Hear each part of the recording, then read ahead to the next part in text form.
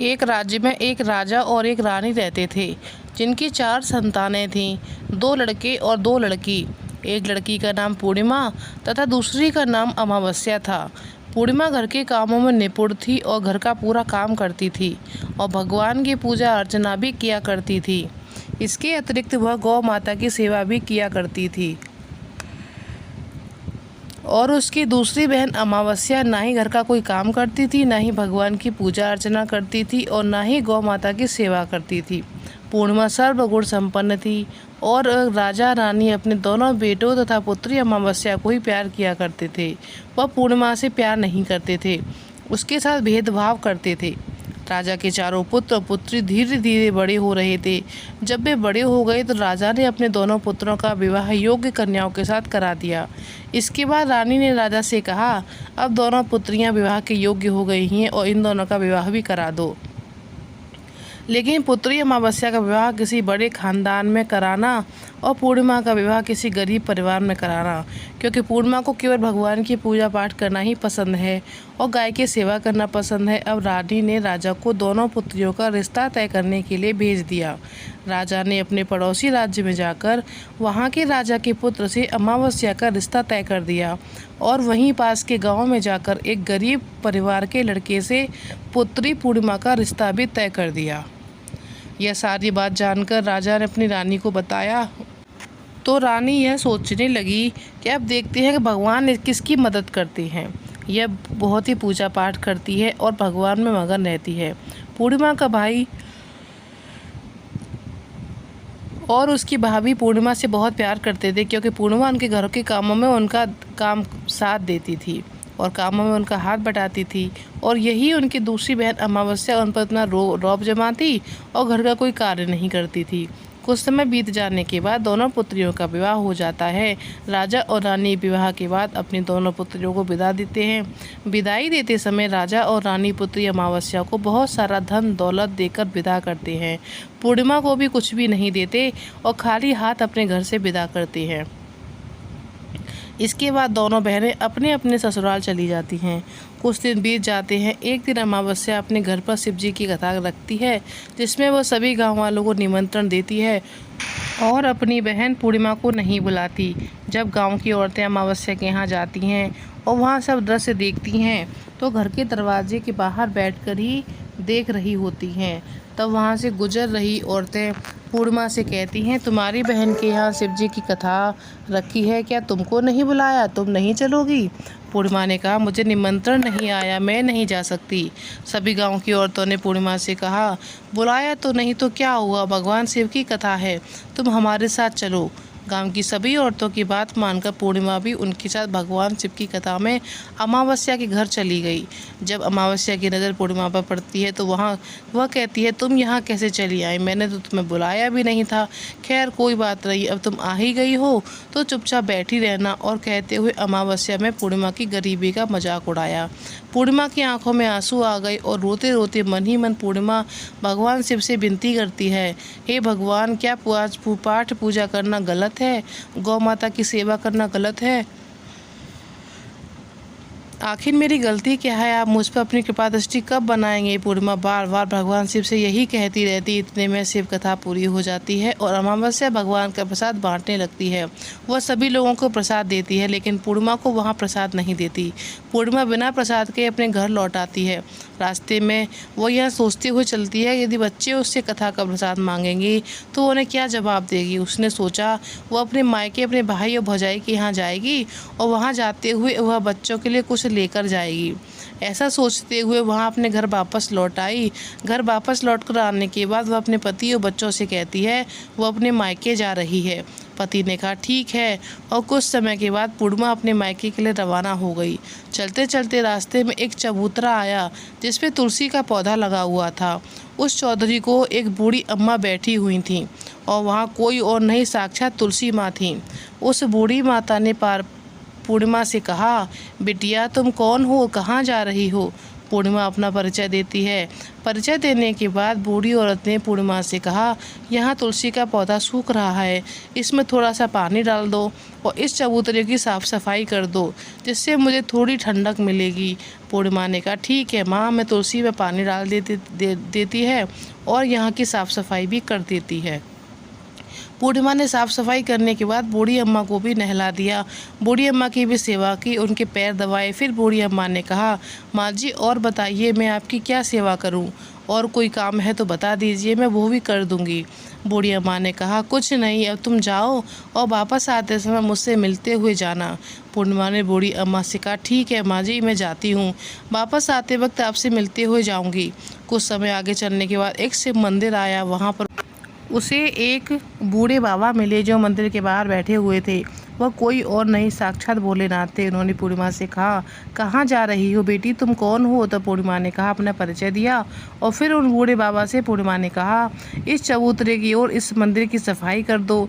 तब पूर्णिमा ने मंदिर की और चबूतरे की साफ़ सफाई कर दी और वहाँ पर पाठ पूजा अर्चना भी शुरू कर दी। साफ़ सफाई पूजा अर्चना करने के बाद उन्होंने बूढ़े बाबा को भी नहला दिया और उनसे कहा, बाबा और कोई काम हो तो बताइए। तब बूढ़े बाबा ने कहा, नहीं बेटी, अब तुम जाओ, वापस आते वक्त मुझसे मिलते हुए जाना। पूर्णिमा ने कहा, ठीक है बाबा, मैं जाती हूँ, वापस आते हुए आपसे मिलने आऊँगी। आगे चलते चलते कुछ दूर चलने के बाद पूर्णिमा को एक काली जी का मंदिर दिखाई दिया। वहाँ भी एक बूढ़ी अम्मा चबूतरे पर बैठी हुई थी और उन बूढ़ी औरत ने पूर्णिमा से कहा, बेटी तुम कौन हो, कहाँ जा रही हो? तब पूर्णिमा ने उस बूढ़ी औरत को भी अपना परिचय दिया। बूढ़ी औरत ने पूर्णिमा से कहा, यहाँ सब पर सभी पाठ पूजा करने के लिए आते हैं, लेकिन मंदिर की साफ़ सफाई करने के लिए कोई नहीं आता, इसलिए तुम मंदिर की और चबूतरे की साफ़ सफाई कर दो। पूर्णिमा ने कहा, ठीक है माता जी। पूर्णिमा मंदिर की और चबूतरे की साफ़ सफाई कर देती है और पूजा पाठ भी करती है, माता जी का श्रृंगार कर देती है और उस बूढ़ी अम्मा को भी नहला देती है। बूढ़ी अम्मा के पैर दबाती है और कहती है, सभी काम हो गया माँ जी, कोई काम हो तो और बताइए। अम्मा कहती है, नहीं बेटा, अब तुम जाओ, कोई काम नहीं है, वापस आते वक्त मुझसे मिलते हुए जाना। पूर्णिमा कहती है, ठीक है, अब आगे चली जाती है। आगे चलते चलते एक नदी आती है, वहाँ पर भी एक बूढ़ी अम्मा बैठी रहती हैं और वो कहती है, बेटी तुम कौन हो, कहाँ से आई हो? उसे भी पूर्णिमा अपना परिचय देती है। बूढ़ी औरत पूर्णिमा से कहती है, नदी पर स्नान करने तो यहाँ सब आते हैं, लेकिन यहाँ की साफ़ सफाई कोई नहीं करता, इसलिए तुम इस किनारे पे साफ़ सफाई कर दो। पूर्णिमा कहती है, ठीक है माँ जी, और वहाँ की साफ़ सफाई कर देती है और उस बूढ़ी अम्मा के पैर दबाती है और कहती है, माँ जी और कोई काम हो तो बताइए। बूढ़ी औरत कहती है, कुछ नहीं बेटा, तुम जाओ, लेकिन वापस आते वक्त मुझसे मिलते हुए जाना।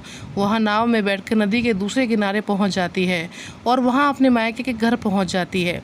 वहाँ पर पूर्णिमा के भाई भाभी उसे देखकर बहुत खुश हो जाते हैं और पूर्णिमा की बहुत खातिरदारी करते हैं, उससे बहुत सारी बातें करते हैं और कहते हैं, बच्चों को भी साथ ले आती तो बहुत अच्छा होता। अब कुछ समय के बाद पूर्णिमा ने वापस अपने ससुराल जाने को कहा तो उनकी भाभी ने उनके लिए एक साड़ी दी और खेलों में बच्चों के लिए कपड़े, खाने पीने की कुछ चीज़ें रख दी। कहा, तुम बहुत दिनों के बाद आती हो। और पूर्णिमा की भाभी ने यह थैला पूर्णिमा के हाथ में दे दिया और कहा, जाओ जल्दी वापस आना। इसके बाद पूर्णिमा वहाँ से अपने ससुराल के लिए रवाना हो गई और उसी नदी के किनारे पहुँची। नाव में बैठकर दूसरे किनारे पर उतर आई। वहाँ पर उसे वही बूढ़ी अम्मा मिली जो साक्षात गंगा मैया थी। उस बूढ़ी अम्मा ने पूर्णिमा को एक थैला दिया और कहा, तुम इसे अपने घर ले जाओ और घर पर ले जाकर ही खोलना। अब पूर्णिमा के पास बहुत थैले हो गए थे। उन्हें लेकर पूर्णिमा वहाँ से रवाना हो गई। आगे कुछ दूर चलने पर काली माँ का मंदिर आया। वहाँ पर काली माँ बूढ़ी माँ के रूप में विराजमान थी। उन्होंने कहा, बेटिया पूर्णिमा। पूर्णिमा ने कहा, हाँ माँ जी, मैं आ गई। तो काली माँ ने उसे एक थैला दिया और कहा, तुम ये थैला अपने घर जाकर खोलना। और अब पूर्णिमा के पास 3 थैले हो गए थे। 3 थैले लेकर पूर्णिमा आगे बढ़ी तो कुछ दूर जाने पर शिवजी का मंदिर आया। वहाँ बूढ़े बाबा के रूप में शिवजी स्वयं विराजमान थे। बूढ़े बाबा ने कहा, पूर्णिमा तुम वापस आ गई? पूर्णिमा ने कहा, हाँ बाबा, मैं वापस आ गई। बूढ़े बाबा ने भी पूर्णिमा को एक थैला दिया और कहा, यह थैला तुम घर जाकर ही खोलना। पूर्णिमा ने कहा, ठीक है बाबा। अब पूर्णिमा के पास 4 थैले हो गए थे। अब पूर्णिमा 4 थैले लेकर कैसे ले जाती? उसने एक पुरानी साड़ी निकाली और उन सभी थैलों को एक गड्ढा बना लिया और उसका सर पर रखकर वहाँ से रवाना हो गई। कुछ दूर जाने के बाद तुलसी माँ बूढ़ी औरत के रूप में मिलती हैं और कहती है, पूर्णिमा आ गई बेटा। पूर्णिमा ने कहा, हाँ माँ जी मैं आ गई। बूढ़ी औरत ने भी उन्हें एक थैला देती है और कहती है, ये थैला तुम अपने घर जाकर ही खोलना। पूर्णिमा कहती है, ठीक है माँ जी। अब पूर्णिमा के पास 5 थैले हो गए थे। पूर्णिमा वहाँ से रवाना हुई तो वापस अपने घर पहुँच गई। पूर्णिमा ने बच्चों को देखा और सामान नीचे रखा और सबसे पहले अपने मायके के थैले को खोलकर देखने लगी। उसमें बच्चों के लिए अच्छे अच्छे कपड़े और खाने पीने की चीज़ें थीं। उसने कुछ गहने भी थे। पूर्णिमा ने कपड़े अपने बच्चों को दिए और खाने पीने की चीज़ें भी बच्चों को दे दी। बच्चे यह सब पाकर बहुत खुश थे। अब पूर्णिमा ने दूसरा थैला खोला जो उसे गंगा मैया ने दिया था। उसमें से ढेर सारे हीरे जवाहरात सोना चांदी आदि था। उसके बाद अब पूर्णिमा ने तीसरा थैला खोला जो काली माँ ने दिया था। उसमें बहुत सारा सोना श्रृंगार का सामान भरा हुआ था। इसके बाद पूर्णिमा ने 14 थैला खोला। उसमें भगवान शिव ने जो दिया था उस पर बहुत सारी धन संपत्ति बहुत हुआ था, बहुत भरा हुआ था, बहुत सारी खुशियाँ भरी हुई थी। उसके बाद अब पूर्णिमा ने 5वां थैला खोला जो उसे तुलसी माँ ने दिया था।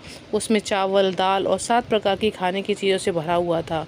अब पूर्णिमा के घर में किसी भी चीज़ की कमी नहीं थी। उसका घर धन धान्य से भर गया था, वो परिपूर्ण थी। अब पूर्णिमा और उसका परिवार सुख में जीवन व्यतीत करने लगा। अब पूर्णिमा के मन में विचार आया, क्यों न शिव जी की कथा कराई जाए, और शिव जी की कथा का कार्यक्रम रखा। पूर्णिमा ने गांव के सभी लोगों को निमंत्रण दिया और घर घर जाकर सभी को बुलाया। पूर्णिमा अपनी बहन अमावस्या के घर भी गई। अमावस्या को भी शिव जी की कथा के लिए उसने घर पर बुलाया। जब अमावस्या पूर्णिमा के घर शिव जी की कथा में आई तो उसने देखा पूर्णिमा के घर किसी भी चीज़ की कोई कमी नहीं, इतना सारा धन दौलत देखकर अमावस्या आश्चर्यचकित हो गई। उसने पूर्णिमा से कहा, तुम्हारे घर में धन और दौलत कहाँ से आया?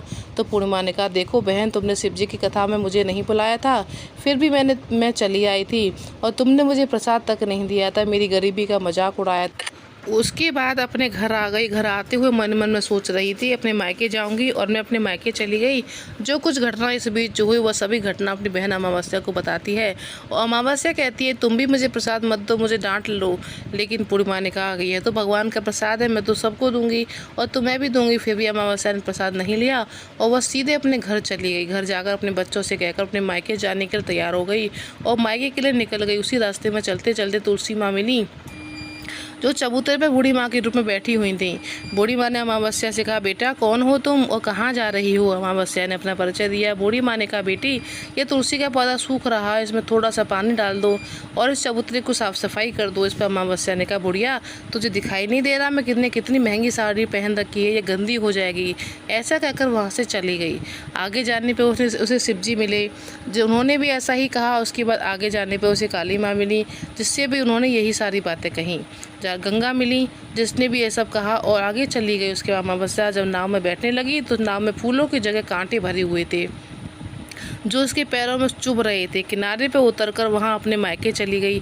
वहाँ उसे उसकी भाइयों ने देखा तो मन ही मन कहने लगे, काम की न काज की, 2.5 मन अनाज की।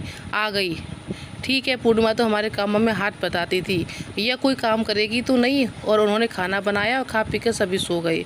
अमावस्या जब उठी तो अपनी भाभीियों से कहा, मैं अपनी ससुराल जा रही हूँ। उन्होंने कहा, ठीक है जाओ। अमावस्या बोली, पूर्णिमा को तो तुमने एक थैला दिया था, मुझे कुछ नहीं दोगे क्या? भाभी ने कहा, तुम घर जाओ, थैले तुम्हारे घर पहुँच जाएंगे। फिर अमावस्या वहाँ से निकल गई। नदी के किनारे पर पहुँची। गंगा मैया बूढ़ी औरत का रूप धारण करके बैठी हुई थी। बूढ़ी माँ ने कहा, बेटी? तो उसने कहा, हाँ आ गई। अमावस्या ने कहा, तुमने पूर्णिमा को एक थैला दिया था, मुझे नहीं दोगी? बूढ़ी माँ ने कहा, तुम घर जाओ, तुम्हारा थैला तुम्हारे घर पहुंच जाएगा। इसके बाद घर जाने पर उसकी काली मैया मिली। उन्होंने भी अमावस्या को यही कहा। इसके आगे जाने पर उससे भगवान मिले। उन्होंने भी अमावस्या को यही कहा। इसके आगे जाने पर तुलसी माँ मिली। उन्होंने भी अमावस्या से यही कहा, तुम घर जाओ, थैले तुम्हारे घर पहुँच जाएंगे। अमावस्या अपने घर पहुँच गई। आंगन में देखा तो वहाँ पर 5 थैले पड़े हुए थे। अमावस्या ने मन ही मन सोचा, अब तो मेरे पास बहुत सारा धन और दौलत आ जाएगी। जल्दी जल्दी उसमें से सभी थैले को खोला। किसी में मिट्टी थी तो किसी में पत्थर, किसी में कंकड़, किसी में कोयला। उसे मायके से कुछ नहीं मिला। इन थैलों में कुछ भी नहीं था। अमावस्या दौड़ती हुई पूर्णिमा के घर गई। कहती है, तुम्हें तो इतना सब कुछ मिला, मुझे तो कुछ नहीं मिला, आखिर क्यों? तो पूर्णिमा कहती है, जब मैं अपने मायके जाती हूँ तो अपनी भाभीियों के साथ उनके कामों में हाथ बटाती हूँ, उनके साथ मिलकर काम करती हूँ, लेकिन तुम ऐसा कुछ नहीं करती, इनकी इज्जत भी नहीं करती, इसलिए वो तुम्हें भला क्या देंगे।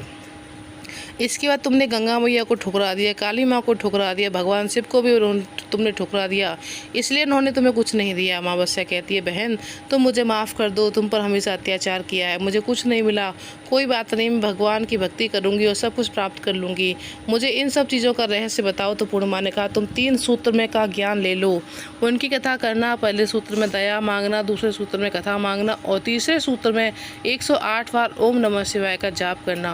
बहन भगवान ने यह सूत्र दिए हैं जिनको अपने हृदय में बसा लेना। मैंने भी यह 3 सूत्र अपने जीवन में अपनाए थे और सच्चे मन से भगवान की भक्ति पूजा पाठ की थी और भगवान ने मुझे सब कुछ दे दिया और जो भी तुम्हारे पास जो कुछ था वो सब खत्म हो गया। इसके बाद अमावस्या अपने घर गई, भगवान की पूजा पाठ करने लगी, भगवान से उसने माफ़ी मांगी और गौ माता की सेवा की और दूसरों की मदद करने लगी।